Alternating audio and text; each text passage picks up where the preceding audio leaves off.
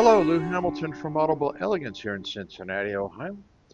We're located a couple doors north of the original Montgomery Inn on Montgomery Road in Old Montgomery. I thought I would take a moment to talk, give my recommendations, I guess would be a better way of saying it, for how to go about buying an audio system and selecting equipment. And what triggers this is historically there are certain artists or certain songs that somehow end up in the audiophile circle as the piece to use to judge a system. It could be any of the female crooners, cowboy junkies. I mean, it goes on and on. And this fad lasts for a couple years, and then it's off to another album that's the only thing you could use. I mean, when I started buying audio equipment, the only album you were essentially permitted to use as an audiophile was Jazz at the Pawn Shop. So these things do exist, and trust me, I got sucked into that world for a little bit as well. The result for me was spending a good amount of money on particularly a musical audio system, which I constantly kept replacing pieces trying to figure out what was wrong. And it wasn't until I encountered Lynn Hi-Fi that I understood why everything was crap. And it didn't take me long to start straightening things out. Now, one of the risks people have when trying to evaluate a system is to use music they know, or they think they know. And the reason I say that is that after listening to a piece of music so many times, that your brain begins to fill in the blanks. You know what things should sound like, and your brain, basically says that's how you perceive it. Anybody who's looked at videos or shows about people's perception of events clearly repeat and show that what actually happened and what they perceived was happening were two different things. And the same thing happens when listening to music repeatedly. So if I started, blurting out the opening, bars of Beethoven's Ninth Symphony, a lot of people out there could proceed to carry on that opening tune for 30 seconds or so. So their brain is already filling in what should be happening. So using unfamiliar music is your best chance. You're put in the live experience. You don't have to be a trained musician or have quote unquote trained ears to know when you're listening to a terrible band. I went out my back door last night. There's a place with an open air patio, and they hire a band, every weekend to come in. And this guy was, singing, a John Denver song. And my only thought that I could perceive was, I'm glad John Denver is dead and didn't get to hear this, because it was dreadful. While I somewhat know the song, I also know a bad performance, and most people do. The other expression I use is, when's the last time you heard a good band at a wedding reception? I'm talking about a live band, not a DJ. Those guys are another bunch. And the louder they play, the more annoying they become if they're bad. So volume is not a deceptive tool in judging a system. It doesn't matter what the volume is, other than frequency range, and I'll concede that because of our hearing's bell-shaped curve. But in terms of musical accuracy, it doesn't matter. You'll know in the first 10 or 15 seconds whether you're listening to something that has any talent to it or not. And then you can start getting into other areas, tonal issues and qualities. That can be a little tricky because you don't know what microphones are used. You don't know what equalization was done on the mixing console. You sure as hell don't know if there was equalization done At the pressing plants or manufacturing plant. Hell, one of the best Beatle albums out there had to be completely re-EQ'd at the pressing plant when they discovered that they completely cocked it up in the studio. So you don't know any of that. You don't know how much bass or treble something should have. You don't know whether someone should be on the right or the left. You do have some of that right and left when you're listening to classical music because you know where the violin should be, you know where the basses should be. There's your guide there. But when you listen to rock bands, most of it is multi-tracked. One person's recorded at a time. So whatever fiction the recording engineer did here, trust me, he doesn't have crayon notes inside of the album jacket telling you how he placed everybody in the band. It just doesn't exist. What you do know is they should be musically right. And your best chance is to use music you're unfamiliar with. Because then you come away with understanding whether you're listening to a talented system or untalented system. If they're on a major recording label, trust me, they are good musicians. I personally don't like some of the more modern rock recordings because so much compression and all sorts of electronic tomfoolery has been done to it.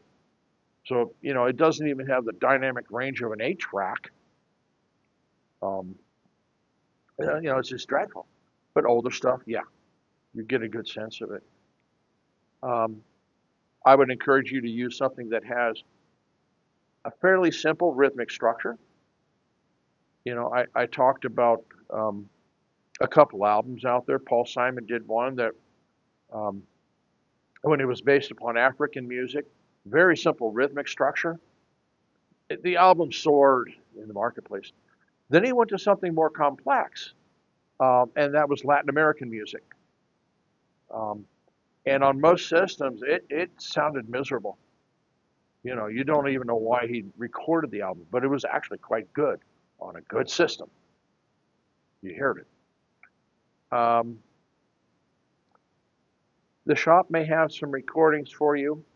If they pull out the latest cat's ass audiophile recording, tell them to put it back and bring out something normal, something that you own. I don't care whether it's the Rolling Stones or any number of bands, or jazz groups, or they could be gospel singers. Old copy of Righteous Brothers. Something where there was real musical talent, and use that to help you understand the difference between products. Now, in trying to learn the difference between products, you want to use a burst that is no longer than a minute and a half. The reason being is that your ability to recall things accurately trails off quickly after a minute and a half of listening to music. And you're not able to compare effectively similar passages on different pieces of equipment or different systems. It makes it a lot easier. If someone sits there and listens to 15 minutes worth of music and says, now I want to hear this on another system, their ability to effectively recall, the first 15 minutes of it is, 10 minutes of it is toast. And by the time you get to the last 5 minutes, well, you've already burned 10 minutes on the front side on the comparison. You're killed. You can't effectively do it. So short bursts will tell you. As I said, you can go to a live musical event, go to a wedding reception. You don't have to sit at the wedding reception for an hour and a half deciding, I don't know, are they a good band or not? I don't know. I think I hear mid-range suck out or something. None of that audiophile crap. They're either a good band or they're not, and they're a good band anywhere in that room. They're not great back at the bar and then terrible at your table. They suck everywhere. And that's the way it is. Okay? You don't have to, quote unquote, sit in a sweet spot to judge whether a system is musically accurate or not. Now, if you want to judge it for its ability to portray a stereo image, which is why we have two speakers, I'll concede that, then that can be important. But what version of that spatial sense you get is correct is anyone's guess. Um, you know, that's not a verifiable. Rhythm is verifiable. The right notes are being played. That's verifiable. I mean, just hum it. And whether they even sound like they care what they're doing, the word song or they sound spoken. When you compare a system, you'll pick these things up just using it in a minute and a half worth of music. And you can use 5 or 6 different types of music, and then once you think you know what you want, yeah, then give it a longer listen. That's fine. Get into the enjoyment of it. Um, but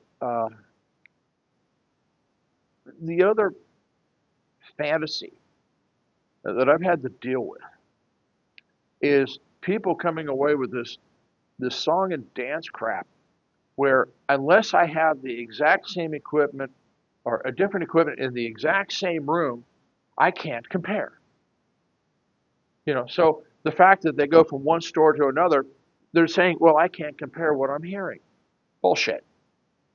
You go back to the live experience that you've all had. The street musicians that you've heard, you can tell when they're good and when they're not. If there's money in their case, there's money in their case for 3 reasons.